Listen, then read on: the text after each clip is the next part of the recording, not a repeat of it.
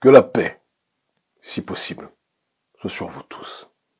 Honneur, bonheur, prospérité sur chacun d'entre vous. Si je m'adresse aujourd'hui à vous, en cette période d'une extrême gravité, en cette période des plus troublées, c'est parce que notre peuple vit dans des conditions qui dépassent le cadre de l'irrationalité. Le Bénin connaît une crise sociale sans précédent. Une crise sociale qui favorise les plus riches, une minorité de la population, pendant que la quasi-totalité du peuple vit dans des conditions qui dépassent l'entendement. Une crise socio-économique où les denrées alimentaires de première nécessité ont vu leur prix exploser, au minima doubler. Riz, gari, manioc, huile, les prix explosent. L'essence, le gaz, les prix explosent. Les sojaculteurs qui connaissent une dépression sociale qui dépasse l'entendement connaissent de plus en plus de suicides. Les paysans, dans leur entièreté, connaissent des conditions des plus difficiles. Les licenciements au sein des entreprises d'État, eux aussi, sont devenus légion. Les enseignants vivent dans des conditions des plus difficiles, dans le primaire, dans le secondaire et dans la sphère universitaire. Le pays va mal. Vous rajoutez à cette réalité cette passion pour la persécution qu'a notre président, le président Patrice Talon, lorsqu'il s'agit de s'attaquer aux opérateurs économiques nationaux, qu'il pousse à l'exil, qu'il pousse à la dépression économique, politique et psychologique, parce que Talon n'aime pas partager le butin que constitue à ses yeux le Bénin avec ses semblables, avec le peuple. Non, il veut tout s'accaparer. Et s'il doit partager avec certains, ça sera toujours avec les opérateurs économiques prédateurs occidentaux.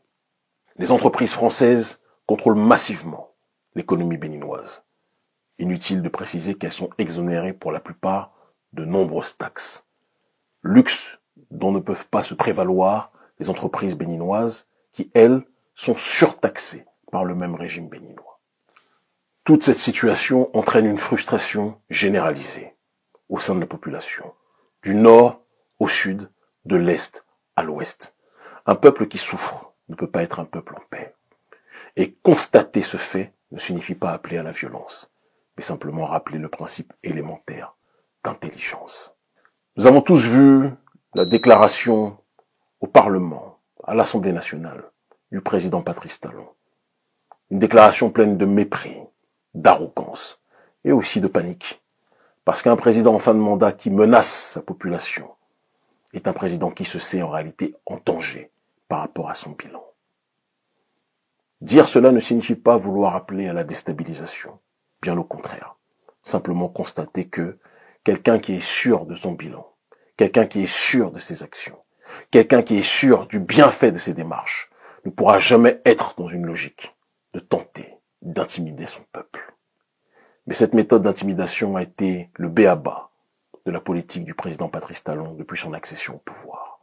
Une intimidation qui ne marche plus, une intimidation qui n'étonne plus, une intimidation qui glisse sur la peau d'un peuple qui a été si longtemps persécuté qu'il ne sent plus les coups. Après des mois et des mois de réflexion, pour ne pas dire des années, j'ai décidé d'accepter vos demandes incessantes visant à me pousser à être candidat à la présidence du Bénin. Mes chers compatriotes, parce que nous nous devons d'être le plus pragmatiques, il est important que l'on se rappelle que notre pays est pris en otage et que les lois de la République du Bénin ont été des plus viciées ces dernières années, de telle sorte que les véritables opposants au président Patrice Talon soient structurellement exclus de la course via le code électoral corrompu que vous connaissez. Et c'est pour cette raison que nous avons dressé 3 options qui nous permettront d'être candidats à la présidence du Bénin.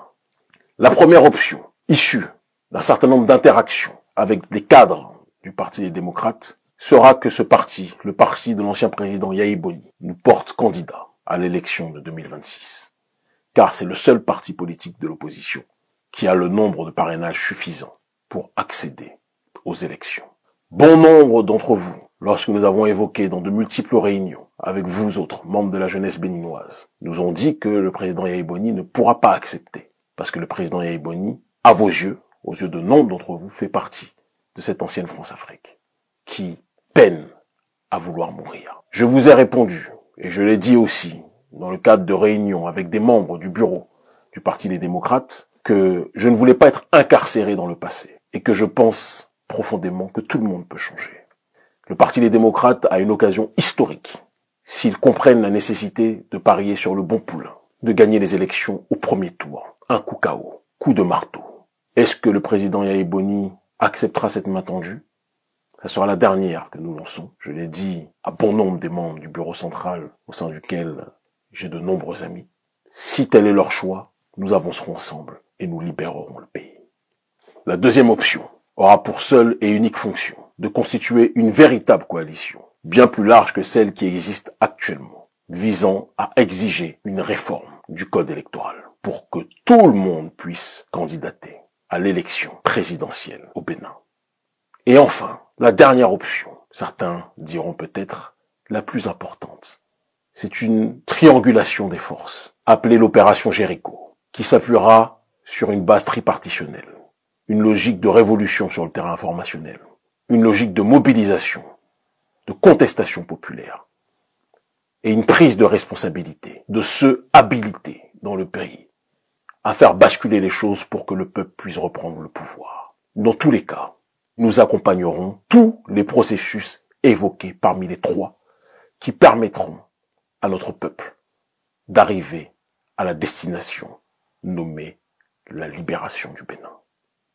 Ce que nous avons propagé partout, nous allons l'installer ici pour une résurrection du pays des Agontché, pour une résurrection du pays de l'ancien Dahomey, pour une résurrection d'un peuple qu'on a trop longtemps voulu écraser, mais que nul ne peut exterminer, pour que le travail commencé par Béhanzin puisse être finalisé. Ce que le roi Béhanzin a commencé, nous allons plus que jamais le terminer. Le Bénin libre ou la mort, nous vaincrons.